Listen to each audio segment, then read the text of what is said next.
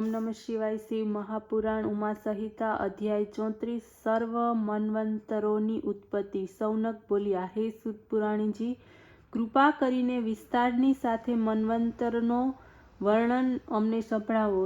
સુતજી બોલ્યા, હે મુનિ, સ્વયંભૂ, સ્વારોચિષ, ઉત્તમ, રૈવત અને ચાક્ષુષ આ 5 મન્વંતરોનું વર્ણન મેં સંભળાવ્યું છે। હવે છઠ્ઠા વૈવસ્વત મન્વંતરનો વાત કરું છું। સાવર્ણી, રોચ્ય, બ્રહ્મા, ધર્મ સાવર્ણી, રુદ્ર સાવર્ણી, દેવ સાવર્ણી, ઇન્દ્ર સાવર્ણી આ જ સર્વ મનુ છે। આ રીતે ભૂત, ભવિષ્ય તેમજ વર્તમાન મન્વંતરોને કહેવામાં આવ્યા છે, જેનો 1000 પુત્રો સુધીનો કલ્પ કહેવામાં આવે છે। મરીચી, અત્રિ, અગિરા, પુલહ, કર્તુ, પુલત્સ્ય, વસિષ્ઠ આ 7 બ્રહ્માના પુત્રો છે। સ્વયંભૂ મન્વંતરમાં યમનાશક દેવતા 7 ઋષિઓ ઉત્તર દિશામાં રહે છે।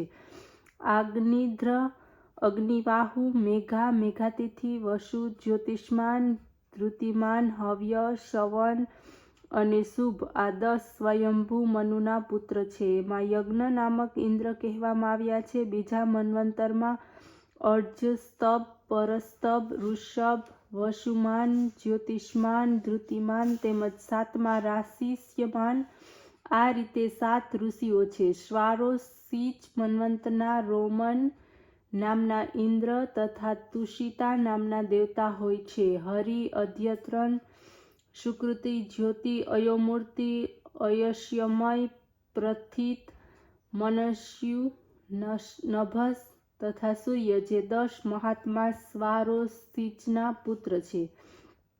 હવે ત્રીજો મન્વંતર કહું છું। આ મન્વંતરમાં વસિષ્ઠના 7 પુત્રો તેમજ હિરણ્ય ગર્ભના ઉર્જા નામના તેજસ્વી પુત્રને ઋષિ કહેવામાં આવ્યા છે। ચોથા મન્વંતરમાં ત્રિશિખ નામના ઇન્દ્ર છે, જેમાં ગાર્ગ્ય, પૃથા, ધાતા, કપિનશ વગેરે 7 ઋષિઓ છે। ધૂતિ, પોષ, સૌત, પશ્ય, તપશૂલ, તાપમ, તપોરિત, અકલ્માશ, ધન્વી, ખંડગી વગેરે તામસ મનુના 10 પુત્રો કહેવામાં આવ્યા છે। હવે પાંચમો મન્વંતર સાંભળો। દેવ, બાહુ, જય, મુનિ, વેદશિરા, હિરણ્યરોમા, પર્જન્ય, ઉર્ધબાહુ, સત્વ, તેજાદિક વગેરે બીજા 7 ઋષિઓ કહેવામાં આવ્યા છે। એમાં ભુજ, રજ, તપ, પ્રકૃતિ વગેરે દેવતા વિભુ નામના ઇન્દ્ર તથા તામસના સહોદર રૈવત નામધારી મનુ કહેવામાં આવ્યા છે। છઠ્ઠા મન્વંતરમાં ઋષિ પ્રજાપતિના રૌર્ય નામે મનુ છે। રામ, વ્યાસ, આત્રેય, બહુશ્રુતિ, ભરદ્વાજ, અશ્વત્થામા, શરદ્વાન, કૃપાચાર્ય, કૌશિક, ગાલવ, રૂરુ, કશ્યપ આ સર્વ ઋષિઓ અને દેવતા કહેવામાં આવે છે। મરીચીના પુત્ર તેમજ કશ્યપ પુત્રને દેવતા ગણવામાં આવે છે। વિરોચનના પુત્ર બલિ ઇન્દ્ર થશે। વિશાંગ, અવલનીપાલ, સુમંત, ધૃતિમાન, વસુ, સુતિ, સુરાવિષ્ણુ, રાજા સુમતિ આ 10 આગળ થનાર સાવર્ણી મનુના પુત્ર થશે। હવે 9મો મન્વંતર સાંભળો। એમાં દક્ષ સાવર્ણી મનુના પુત્ર થશે। મેઘાતિથિ પૌલત્સ્ય, વસ્તુ કશ્યપ, જ્યોતિષ્માન, ભાર્ગવ, અંગિરા, સવન, વસિષ્ઠ વગેરે ઋષિઓ જે સર્વ રોહિત મન્વંતરમાં થશે। એમાં દેવતા પણ 3 હશે। પ્રજાપતિ, રોહિતના પુત્ર ધૃષ્ટકેતુ, દ્વીપકેતુ, પંચહસ્ત, નિરકૃત, પૃથુશ્વા, ભૂરિધમ્ન, ઋષિક, બૃહદર્ગવ જે 9 પહેલા સાવર્ણીના પુત્ર થશે।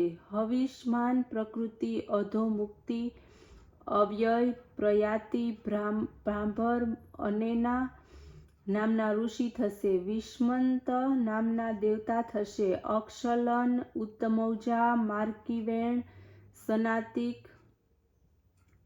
નિરામિત્ર, વૃષસેન, જયદ્રથ, ભરિઘુમ્ન, સુવર્ષા, અર્ષિ આ 10 મનુ પુત્ર થશે। ત્રીજા મન્વંતરમાં 11માના મનુ થશે। એમાં હવિષ્માન, વયુ, વપુષ્માન, વસિષ્ઠ, અનય, ચારુ, નિખર, તેજસ, અગ્નિ તેમજ 3 દેવગણ બ્રહ્માના વૈધૃત કહેવાશે. સવંગ, સુશર્મા, દેવાંતક, ક્ષેમજ, દઢેશુ, ખડક, આદર્શ, કુહુ, બાહુ જે મનુ પુત્ર થશે.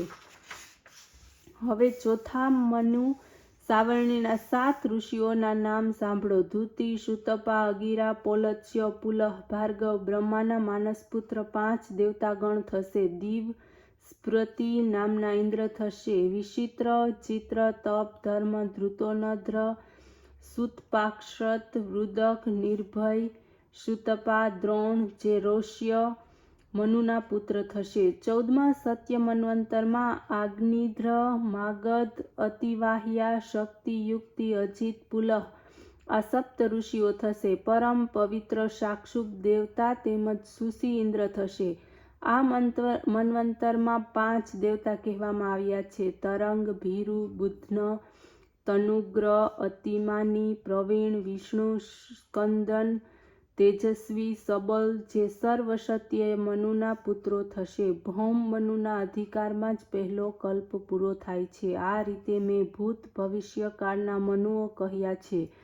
આ મનુઓના વર્ણન સનતકુમાર વ્યાસને કહી ચૂક્યા છે. આ મનુ પોતાના ધર્મ તપના પ્રભાવથી 1000 યુગ સુધી પ્રજાનું પાલન કરીને બ્રહ્મલોકમાં જાય છે. 71 યુગની ચોકડી પર્યંતની સ્થિતિ એની રહે છે. કીર્તિ વધારનાર આ 14 મન્વંતરોને કહેવામાં આવ્યા છે. એનો અંત આવતા ફરીથી સૃષ્ટિનો આરંભ થાય છે. 100,000 વર્ષ પૂરા થતાં એક કલ્પ પૂરો થાય છે. એ જ સમયે સૂર્યના કિરણો દ્વારા સર્વ ચરાચર બળવા લાગે છે. પછી સત્ય, આદિત્ય આદિ બ્રહ્મની સાથે વિષ્ણુ નારાયણમાં પ્રવેશ કરે છે. ઓમ નમઃ શિવાય.